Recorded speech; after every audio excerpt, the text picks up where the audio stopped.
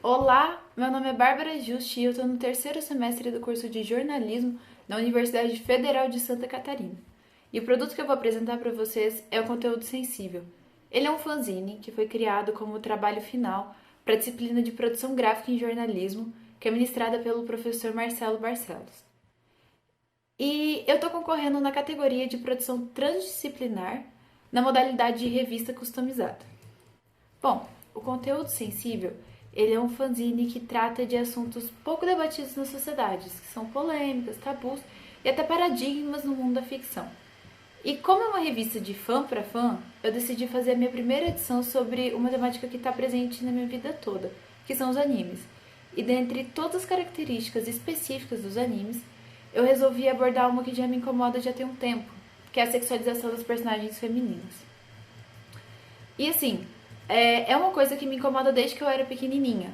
Mas só quando eu fui ficando mais velha, fui crescendo e aí eu consegui formar uma ideia mais concreta do porquê a objetificação do corpo feminino tem que ser problematizada.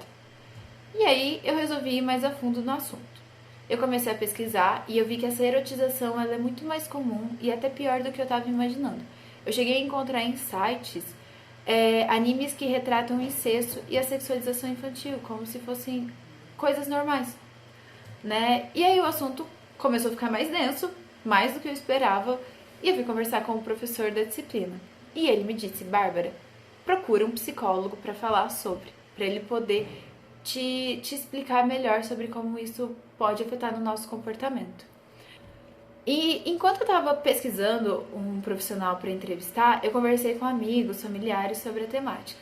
E alguns sim me responderam que também se sentem incomodados, mas outros disseram que não, que isso sim só faz parte da cultura japonesa.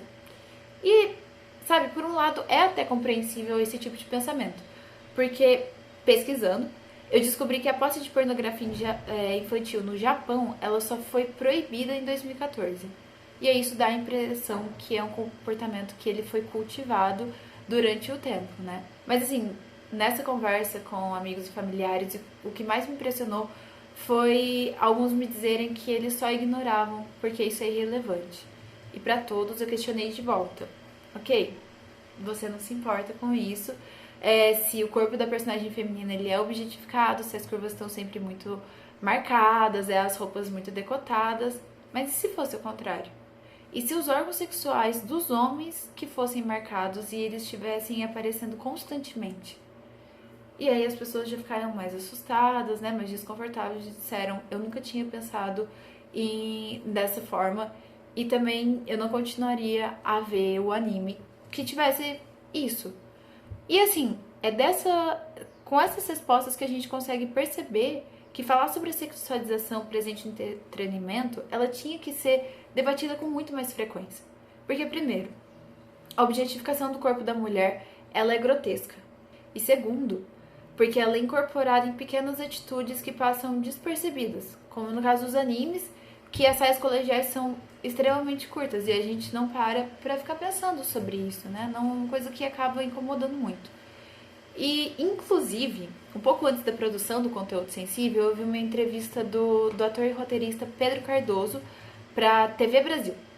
E ele falava sobre a pornografia diluída nas novelas, filmes e programas de auditório. E como essa nudez gratuita, que não tem nenhum acréscimo para a dramaturgia, ela é um conteúdo apelativo, mas ela passa despercebida e acaba sendo naturalizada. E acabamos consumindo isso na sala, com a família toda, numa situação que acaba ficando constrangedora, né? E isso, sim, quando eu terminei de ver a entrevista, eu fiquei muito feliz, porque isso casava exatamente com o meu pensamento sobre essa sexualização nos animes. E aí você pensa, um anime que em grande parte ele é direcionado e feito para um público infantil, um público jovem, ele trazer esse tipo de conteúdo erótico e disfarçado tem uma problematização ali, sabe? E é uma coisa que os responsáveis, eles não ficam fiscalizando o que as crianças estão assistindo. Porque você pensa que um desenho, que é permitido para todas as idades, ele vai trazer conteúdos lúdicos e não erotização. E foi na entrevista que eu fiz com o psicólogo Rafael Detilho que eu abordei essas questões de como essa erotização ela pode afetar na formação comportamental, principalmente das crianças. E aí o Rafael disse que os estereótipos retratados, eles ensinam que as personagens femininas são sempre muito frágeis, são vistas como objetos sexuais, ficam muito à mercê das personagens masculinas. Enquanto os homens, né, as personagens masculinas, elas são sempre as que pensam, as que agem. Então, desde cedo, as crianças já começam a internalizar essa disparidade de gênero. E aí, depois de toda a pesquisa, eu comecei a organizar o fanzine. Então, assim, para diagramar e editar as fotos, eu usei os programas do pacote Adobe, o InDesign e o Photoshop. E com isso também eu precisei do auxílio do professor da disciplina, Marcelo Barcelos, e da monitora Juliana Jacinto. E essa edição do conteúdo sensível, ela foi criada não só para quem assiste anime, mas também para aqueles que não assistem. Então eu falo sobre o que são animes e as primeiras animações japonesas que foram criadas. E também, assim, o trabalho imagético ele foi muito importante para a temática. Então eu procurei por cenas de alguns animes que tem muita sexualização. E olha, vale lembrar que sim, tem animações que japonesas no caso, são os animes que são voltados para pornografia, que é no caso o hentai, que é pornografia, a tradução dele é pornografia, e ele só tem conteúdo erótico, e o ecchi, que a temática não é a pornografia, mas ela tá presente. E eu expliquei isso no meu fanzine também. E assim, aí a gente pensa que o problema não é a pornografia existir, mas sim ela passar velada, mascarada em animações, em qualquer tipo de entretenimento que não tem esse propósito, sabe?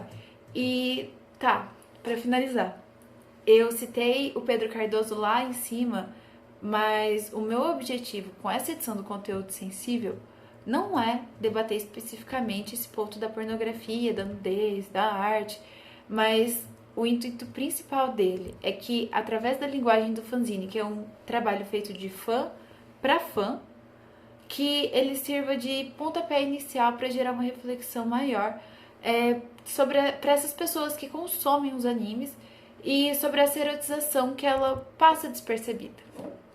Então é isso. Muito obrigada, banca, e até mais.